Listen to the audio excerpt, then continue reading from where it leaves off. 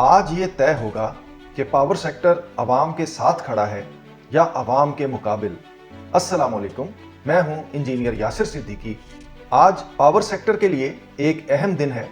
नेपरा की मुजव्वज़ा net billing policy के ऊपर आज अवामी समाअत रखी गई है और सपहर 3 बजे कोई भी शहरी जूम ऐप के जरिए इस ऑनलाइन समाअत में शामिल हो सकता है। उम्मीद यही है कि आज के बाद पावर सेक्टर में फैला हुआ तज़ब्ज़ुब, शुकूक व शुबहात और गैर यकीनी कैफियत किसी हद तक ख़त्म हो सकेगी और सोलर इंडस्ट्री को एक वाज़े समत मिल जाएगी।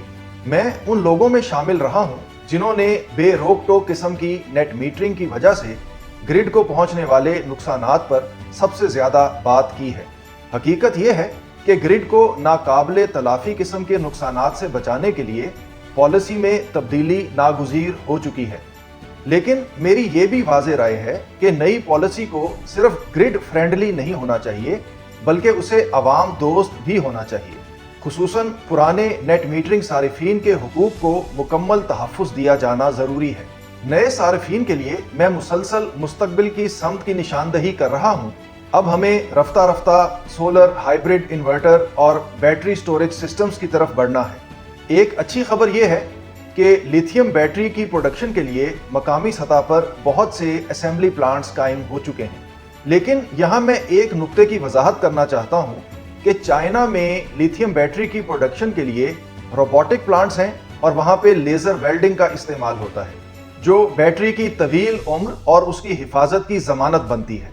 जबकि हमारे यहाँ ज़्यादातर प्लांट्स आज तक मैनुअल तरीके से नट्स बोल्ट्स के ज़रिए सेल्स को जोड़ रहे हैं, जिसकी वजह से स्पार्किंग और आग लगने का खतरा मौजूद रहता है। इसलिए मैं आपको तवज्जो दिलाना चाहता हूं कि जब भी आप लिथियम बैटरी खरीदें तो इस बात की यकीन दहानी ज़रूर हासिल करें कि उसके इंटरनल कनेक्शन लेज़र वेल्डेड हैं।